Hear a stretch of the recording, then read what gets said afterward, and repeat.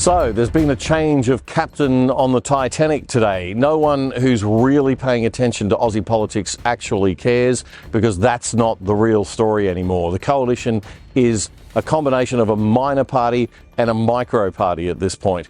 What's really happening is the seismic shift that's going on the right with this shift to One Nation. Two more polls out this week, one from Newspoll and The Australian, the other from Sky News and YouGov. Take a look at this. One Nation's vote has now surged again, right up to 28%. 1% off Labor and one off the coalition. It's now dropped below 20% for the first time. Splitting out that coalition vote as well, we see it's the Nats who have actually lost the 1% within this split, down 1% overall to the national vote. That's compared to 3.8% last time, so losing nearly 3/4 of National Party support overall. Why is the National Party, or whether it's in or out of the coalition, even something reporting in the news? The National Party has 1% of the vote. It's pretty much finished. What we really should be focusing on, and what's really interesting coming out of these polls, is not so much the shift from the coalition to One Nation, but the shift from Labor to One Nation of working class Aussies. Let's just split this out into working class voters. If Labor is polling well normally, they're doing very well with this cohort. But look at this, 27% of the support, 34% is One Nation and just 14% for the coalition, a bit split between the others. Tom Connell reporting there on Sky News Australia earlier this week. So what should we take out of all of this? This shift of working class voters to a new populist movement mirrors what we saw in the UK with Nigel Farage and Reform, and in the US with Donald Trump. It was only a matter of time before it was going to happen here. For the coalition to ever get its act together again, they're going to have to be very dynamic. They're going to have to find an incredibly dynamic leader. I don't think they have one. Angus Taylor certainly isn't it. I don't think Andrew Hastie could be it. Maybe James Patterson in a few years. But things really aren't that exciting. Jacinta Price could be somebody that could inspire people. But it's a long shot and a long way off that they're actually going to be able to recover. That Sky News YouGov poll also showed that on a two-party preferred basis, if you look at the Labor Party versus One Nation, it's at 55-45. So One Nation's only got to pick up 5% more votes, and they are the lead party in this country. There was another big distraction happening this week with the rabble protesting again, as usual, and things getting a little out of hand. Grace Tame typifying the horrors of the ignorant radical left with her ludicrous call to globalise the intifada. Grace Tame is not a young woman anymore. She's 31 years old. She's nearly middle-aged. And while somebody who suffered child sexual abuse should get a lot of our compassion, our kindness, our forgiveness for bad behaviour later in life, there is a line. And Grace Tame seems to continuously cross that line. She can't be immune for her terrible behaviour forever, and especially not when she's making calls for a global intifada, which is the murdering of innocents, basically, and clearly an incitement to violence. And if our new hate speech laws mean anything, then probably, and I don't think they should ever kick in, but if they are going to kick in, they should be kicking in about now, I'd say. Supporting the Other Side sponsors supports our show. And here's one great Aussie small business with a sensational homegrown product. SmartKits Australia is a leading supplier of prefabricated home improvement kits. So you can save money and hassle and do it yourself. Improve your home and build memories that last forever. Buy online. Customize it your way. Get it built. Decks, patios and pergolas, flyover roofs, carports and insulated roofing. All prefabricated, fully engineered, high quality and delivered free anywhere in Australia. And don't worry if you're not so handy. If you need it installed, SmartKits Licensed Builder Network can get you started even faster. Save thousands on your own 100% Australian-made Smart Kit. Build your own outdoor lifestyle with SmartKits Australia. SmartKits.com.au, a proud sponsor of The Other Side. Hey folks, if you like The Other Side, please do support us. Go onto our website at othersidetv.com.au. We need to get to about 3,000 monthly subscribers. It's only about $5 a month. If you want to give more, you can. But $1 a week, basically, to keep this show going is not too much to ask, we think. And we'd really appreciate your support if we could kindly have it. We need to get to 3,000 subscribers. We're currently hovering at around 800 to 900, and things aren't moving at the moment. So we really do need your support to keep going. Thanks for that.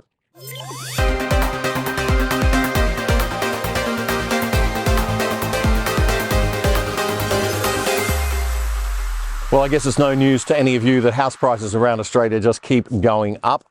We have demand increasing for lots of reasons, including immigration, and we have supply not keeping up with demand. And when that happens, only one thing can result, and that's higher prices. National home values rose 0.8% in January, almost 1% growth in just 30 days. In December, the national market rose 0.7%. So the pace actually picked up.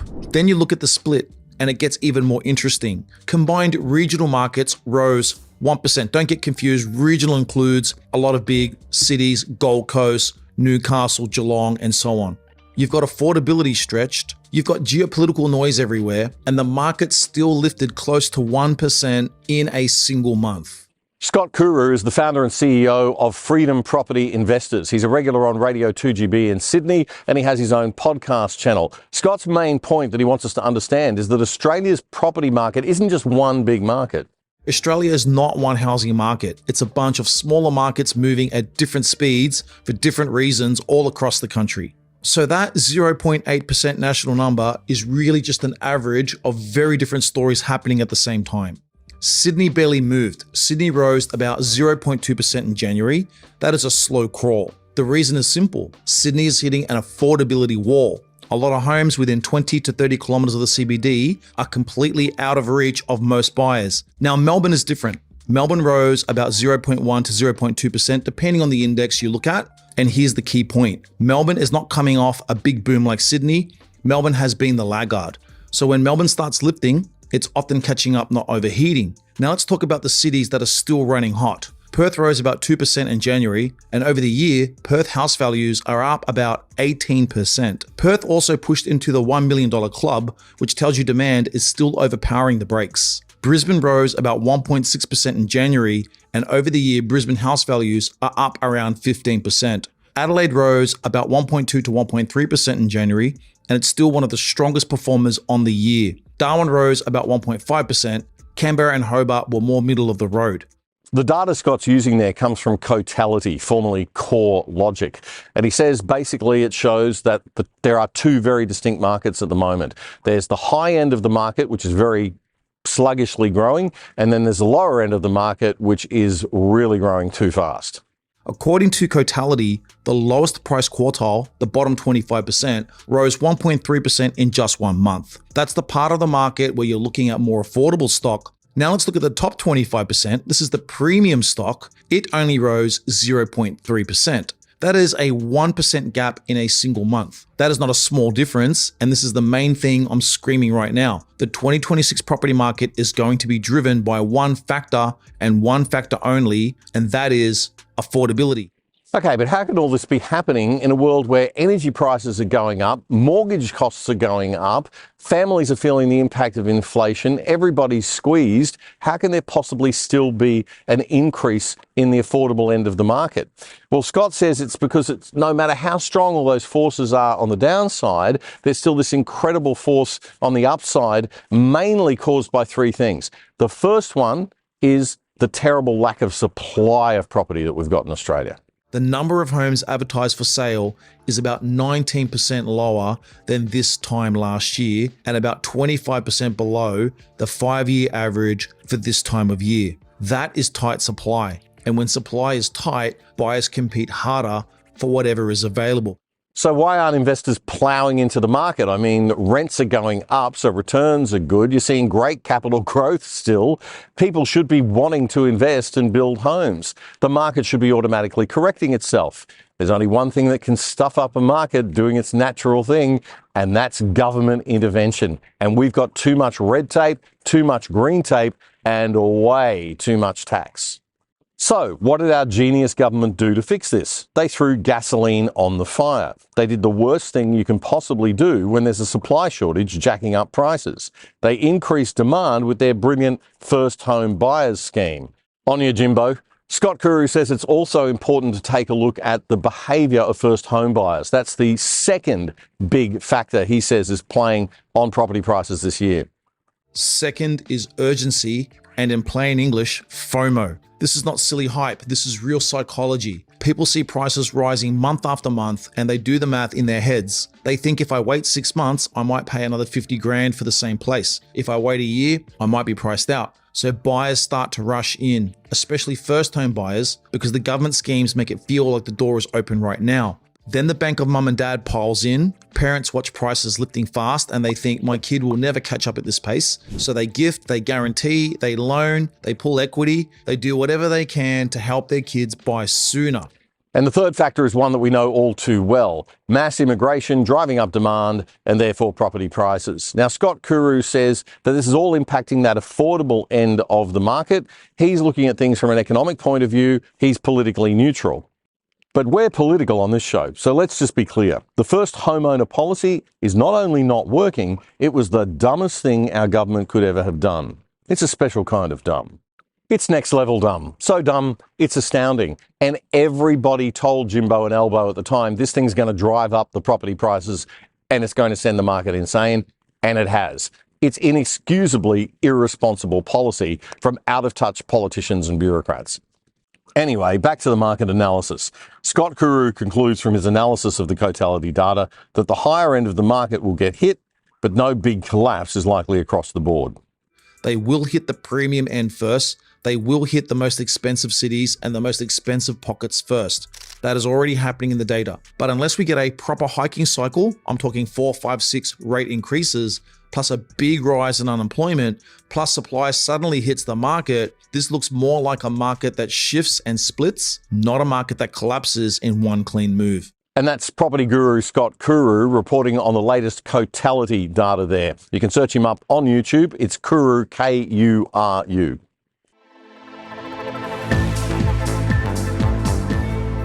One of the best ways to support The Other Side is to sign up to the exclusive side on our website at othersidetv.com.au and to get access to our extended interviews and other content. Another way is to support our great sponsors like the virtual private network company PIA VPN. A VPN disguises your internet address so that you can keep yourself safe from the prying eyes of marketing companies and big government. One account works on multiple devices, all for just $3 a month for fans of The Other Side. That's a whopping 83% off their regular price. Just go to piavpn.com/otherside to sign up and get more info. That's piavpn.com/otherside. If you like The Other Side, please support us. You can do that for free by telling your friends about the show. Seriously, I mean, tell them. Send them a text with a link attached or something. Or you can help the algorithms on social media just by liking all our posts and clips, and most of all, subscribing on YouTube. Clicking that subscribe button. It's totally free. If you would like to support us financially, though, you can do it for around $1 a week just by clicking the join button on YouTube and signing up to the exclusive side. It's that simple, and our ability to keep going really depends on us reaching the goal of 3,000 paying supporters. Thanks for your help. The thing I'm going to miss the most about Susan Lee is that we won't be able to see any more great videos like this one, recorded before the activities of this week. Hello, Australia. Susan Lee here. That's 2 S's, 1 for each term I didn't serve as Prime Minister. They're coming for me.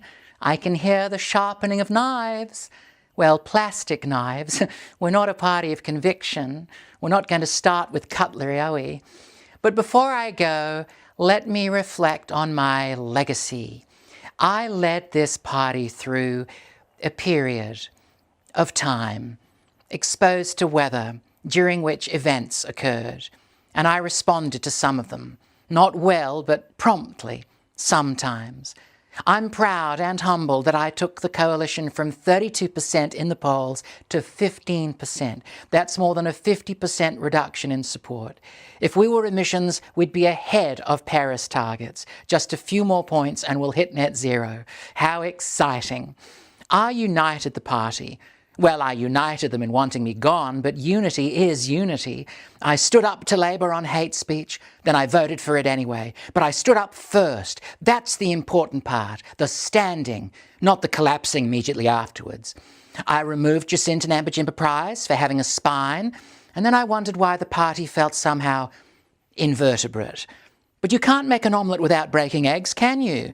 And you can't lead the Liberals without breaking everything else. Some say I achieved nothing. That is so unfair. I achieved nothing while being very busy.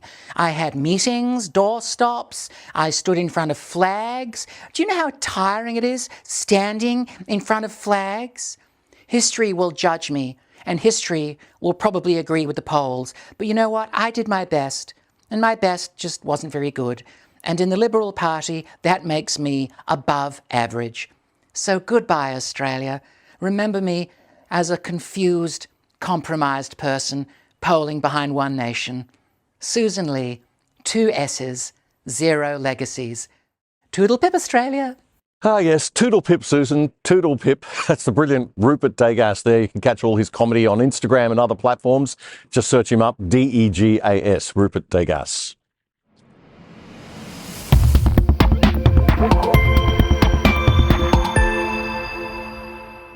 Aussie business guru and finance expert Mark Bouris dropped some major truth bombs on where inflation is actually coming from on the Today Show earlier this week. Every economist in Australia, just about, every bank in Australia, just about, and unfortunately the Reserve Bank's not going to be political, but they've all been telling the government, stop spending. I mean, Milton Friedman, one of the greatest economists on this globe forever, and basic economics, 101, what you learn at university in an economics degree, you do not spend more than you earn. So the government is spending more than they earn, and that is what causes inflation. Consumers never cause inflation. Governments do. Mark says it's time to get ready for more tax, because it's the only way the government can recoup their overspending. Either they borrow more money on the national credit card, in other words, we end up paying for it, or our kids and our grandkids, or they increase the taxes. Because if they're spending more than they're raising, at the moment, there's only one way to get it back. Borrow it, which, like, if you're in a household, mate, someone in your family is spending more money than you're actually earning, and you find that they've gone and borrowed money from the credit card, or they've gone to the bank and borrowed $100,000 to fund the house, you'd be going berserk. Why don't we Australians say something? That's 100% right. Why don't we say something? We're just sitting back and copping it in the neck every single day of the week, every single Reserve Bank meeting, and we just sit back and go, oh, we'll be okay. But the big question is, are we prepared to support and vote for politicians who say that they're going to cut government spending? I don't think we are. We seem to be dependent on the spending. We like the spending, and we seem to reject politicians that want to chop and be more austere in their approach to government and keep government small. The bureaucrats do love to spend also, and Canberra lives in a complete fantasy land. We need to be prepared to rely less on government, but there are a lot of people living on government handouts and in government jobs in Australia. Mark Bouris says it's mortgage holders who are actually carrying the burden for everyone else. When people talk about the cost of living, which is what inflation reflects, has gone up, the cost of living, what they're not including in that is the increase in interest rates of mortgages, because not everyone's got a mortgage. So the cost of living for a mortgage holder has gone out of control relative to someone who doesn't have a mortgage. So mortgage holders in this country are getting punished for taking risks to buy a house and borrow money. And only to help out those people who are spending money like drunken sailors. They're the people getting money from the government. It's a dangerous situation. We're dividing the country into two groups, the payers and the takers. And the payers are getting sick of paying, and it might be responsible for why we're seeing such a massive political shift in the country right now. Well, the Epstein file story continues to evolve, and isn't it a complete mess of horrible, revolting stuff?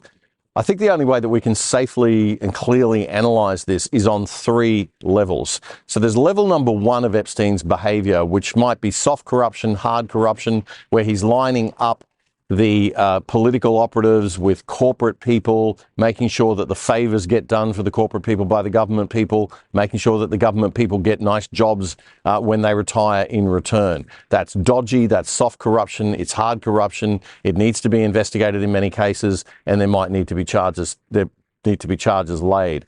The second level is where it gets a bit more revolting, that's for sure. We're talking about underage girls here being actually peddled into these revolting massage and prostitution rackets. This is obscene stuff. If it involved underage young women being exploited en masse, and we know that it did in certain circumstances. So that's revolting level 2.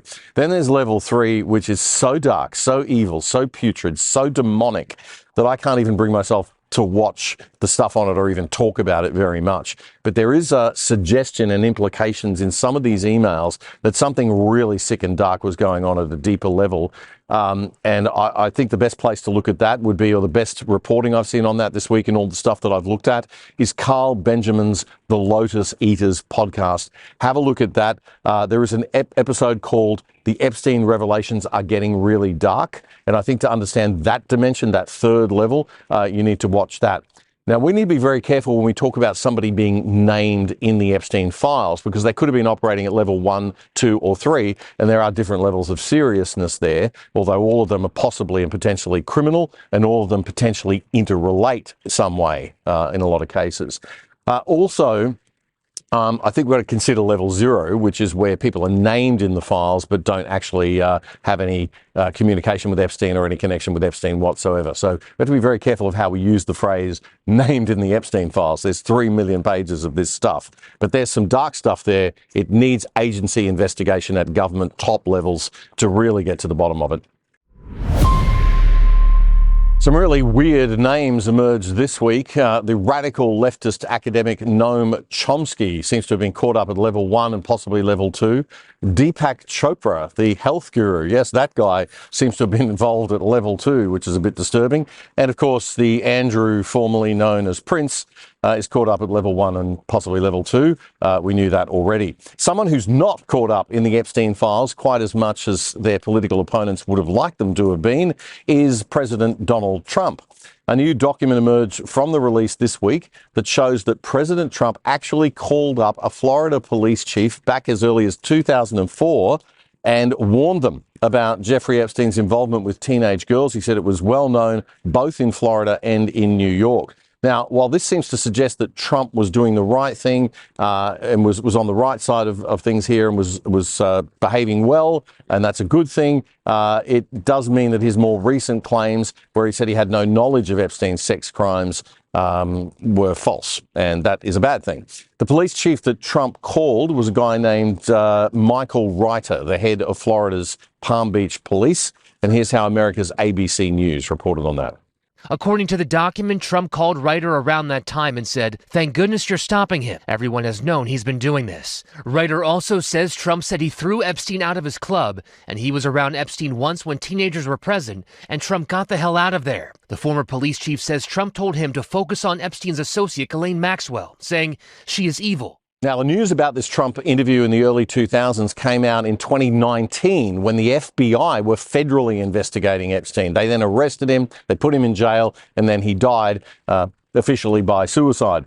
It's good that Trump was calling Epstein out, but of course it's bad because Trump actually had originally said this back in 2019. Did you have any suspicions that he was molesting young women? No, I had no idea. I had no idea. Trump has long denied having any knowledge of Epstein's crimes, but Reiter says Trump was one of the very first people to call when people found out that they were investigating Epstein. Maxwell appeared from prison for a congressional deposition yesterday. The convicted child sex trafficker was grilled about Epstein's crimes. Can you please provide us with all the names of other additional co-conspirators to the crimes perpetuated by you and Jeffrey Epstein? I invoke my Fifth Amendment right to silence. She invoked the Fifth Amendment after every question. Maxwell's lawyer says she is prepared to speak fully and honestly if granted clemency by President Trump. She's a delightful piece of work, isn't she? That's how America's ABC News reported on the story this week. The White House chief spokeswoman, Caroline Leavitt, said that she couldn't confirm whether Trump had that call with that Florida police chief way back in the early 2000s, but she did say this. What I will say is that the president has always remained consistent and that he kicked Jeffrey Epstein out of his club at Mar-a-Lago because, frankly, Jeffrey Epstein was a creep. And unlike many other people who are named in these files, President Trump cut off his relationship with Jeffrey Epstein and was honest and transparent about that for years and years. And so I think what the president has said all along has always remained true. And the release of more than 3 million documents related to Jeffrey Epstein and his heinous, disgusting crimes just shows the level of transparency that this president and administration has committed to in bringing these files to light. But did he call the chief in 2006? Reagan. Caroline, did he call the chief? Look, it was a phone call that may or may not have happened in 2006. I don't know the answer to that question. What I'm telling you is that what President Trump has always said is that he kicked Jeffrey Epstein out of his Mar-a-Lago club because Jeffrey Epstein was a creep, and that remains true. And this call, if it did happen, corroborates exactly what President Trump has said from the beginning. And I'm sure many of you, when you read that alleged FBI report, probably thought to yourself, wow, this really cracks our narrative that we've been trying to push about this president for many years. So we're moving on from that. Now, people have been complaining about how heavily redacted these Epstein files are, but members of Congress from both political parties, both sides of politics, were able to look at the documents unredacted this week. They say the Department of Justice does need to reveal more. Republican Thomas Massie and Democrat Ro Khanna say the DOJ redacted several names of men they say should be revealed without redactions. Wow, a Republican and a Democrat doing a press conference together. I'd like to see that sort of thing in Australia a bit more. Now, that Democrat is a guy called Joe Khanna. He's from California, and he had this to say in Congress a bit later. Yesterday, Congressman Massie and I went to the Department of Justice to read the unredacted Epstein files. We spent about 2 hours there. There were 6 wealthy, powerful men that the DOJ hid for no apparent reason. When Congressman Massie and I pointed this out to the Department of Justice, they acknowledged their mistake, and now they have revealed the identity of these 6 powerful men. These men are Salvatore Navora, Zorab Mikaladze, Leopig Leonor, Nicola Caputa, Sultan Ahmed bin Sulayem, CEO of Dubai Ports World, and billionaire businessman Leslie Wexner, who was labeled as a co-conspirator by the FBI. What a mess. We'll keep you posted. Coming up, we take a look at Australia's top-rating TV show, Married at First Sight, with our cultural commentator and natural law expert, Rob McMullen, in a studio interview recorded earlier. Stay with us. SmartKits Australia is the best supplier of do-it-yourself prefab home renovation kits. Carports, decks, patios and pergolas, flyover roofs, insulated roofing too. All prefabricated, fully engineered and delivered anywhere in Australia free. And if you're not too handy, they'll install it for you too. A great Aussie product from a great Aussie small business. Support them, support your lifestyle and support the other side. smartkits.com.au. PIA VPN is a virtual private network, software you easily download on your computer, TV and phone that disguises your internet address, keeping big government and big corporates at bay. One account works on multiple devices and it's super cheap at only $3 a month for Other Side fans. Just type piavpn.com/otherside to sign up. That's piavpn.com/otherside.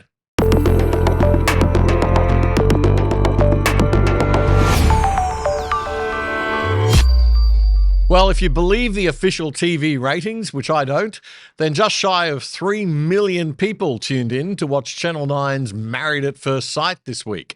MAFS is a social phenomenon, apparently, and we need to talk about it. So just like we do with ABC News, we've been watching MAFS so you don't have to. I'm really, really sorry. God, I think I can marry you. That's completely understandable.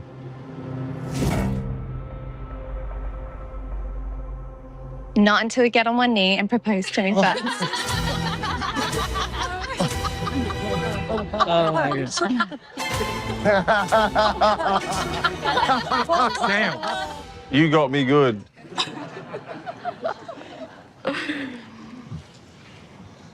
Wow. Do I have to do it right now? Yeah, that. You have to get on one knee. I know you got pretty blue eyes, but, you know, I can, you know. No, I'm not going to marry you until you get down on one knee and ask me to marry you. Ooh, here we go. I'm kind of getting hot about it, though. Can I have your hand? Do you want to get on one knee first? I absolutely will. That's it. Oscar. Will you marry me, Alyssa? Yes, David. I would love to. Be dead honest, hand on my heart, that seemed like a red flag moment to me. Rob McMullen is a social commentator from the Natural Law Institute and regular on The Other Side. Rob, thanks for joining us. Thanks. Always a pleasure, Damien. Mate, what the heck did we just watch there? I think we watched some trash TV, Damien. Yeah, no kidding. It was clearly a power struggle, right? It was clearly a power move by her. It was a dominance move.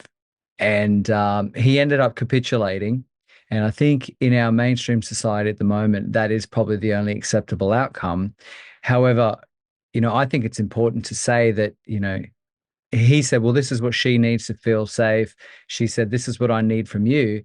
But in any relationship, there are two people. And as we've talked about many times, my favorite word is reciprocity, which means it's got to go both ways. Relationships are reciprocal trades of value between two people. So what she needs is only half the equation. The other half of the equation is what he needs.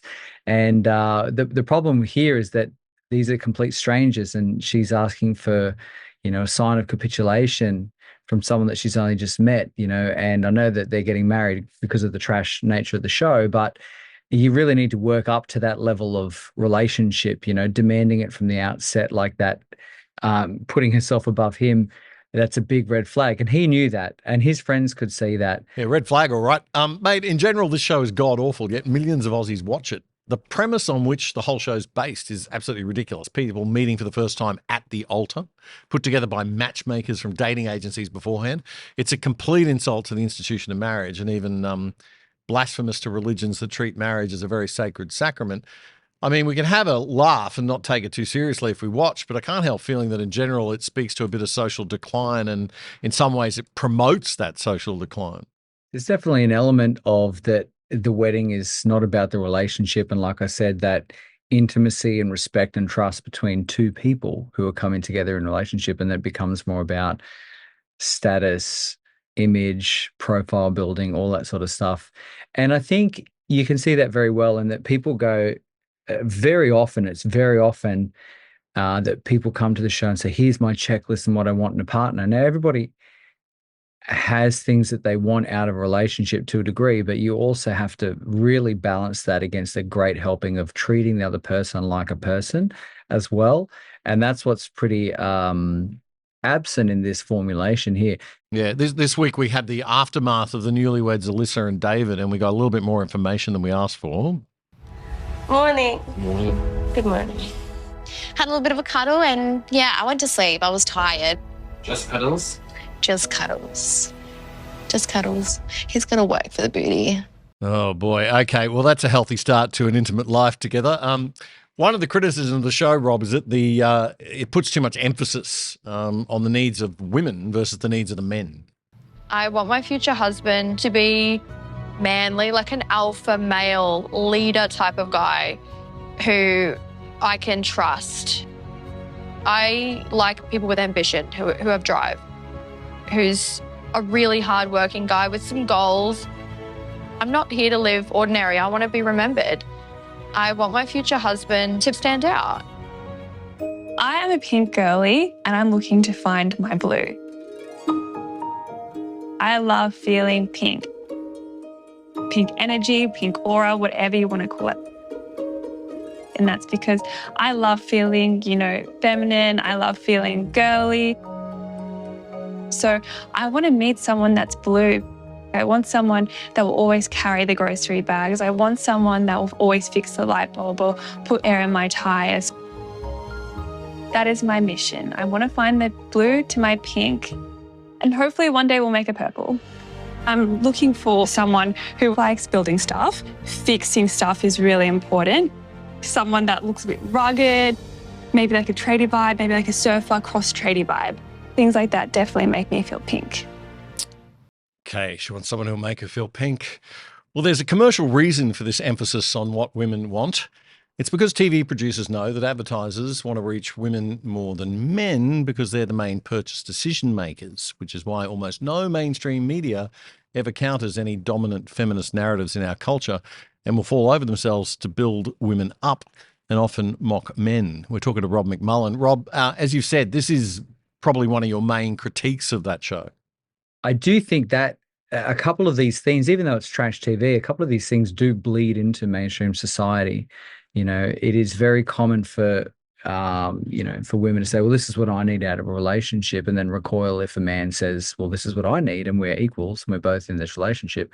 Or to say, I'm hearing what you need, and I want you to get what you need, but we also need to relate to each other as imperfect human beings as well. So let's find the balance between those things. Whereas, once again, with trash TV, it's all just about status and image and looking good for the cameras and building your Instagram profiles, unfortunately. Okay, mate. Well, on a final note, I've got to admit that I was pleasantly surprised after actually watching the show for the first time that there were some good souls and real people in it, and occasionally some very good values emerge. My name's Gia, I'm 35, and I'm a disability support worker from Melbourne. I think people perceive me as just a bimbo, given how I look and everything. But beneath the fake lips, fake teeth, fake tits is the realest girl. I'm a mum. I have a little daughter. She's the most amazing, kind girl. It's a girls' night. Yay! Tell me about your daughter.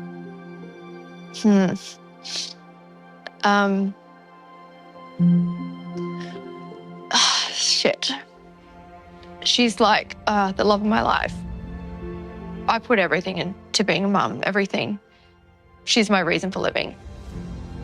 I'm so proud that she is who she is.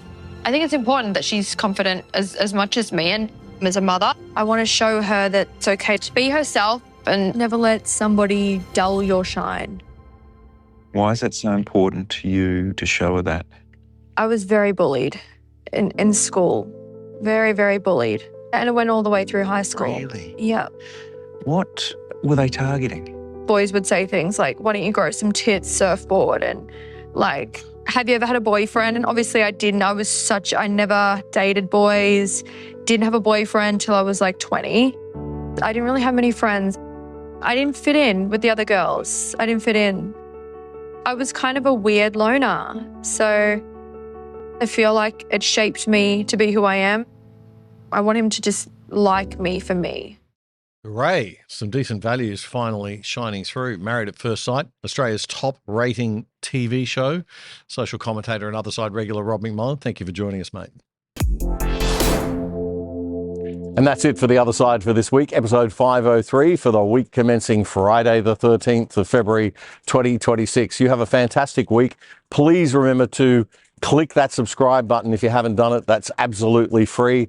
Click the join button on YouTube if you'd like to support us a little bit, or go over to our website, better still, and sign up to join the exclusive side at othersidetv.com.au. That's othersidetv.com.au. We need your support and we really appreciate it. We'll see you next week.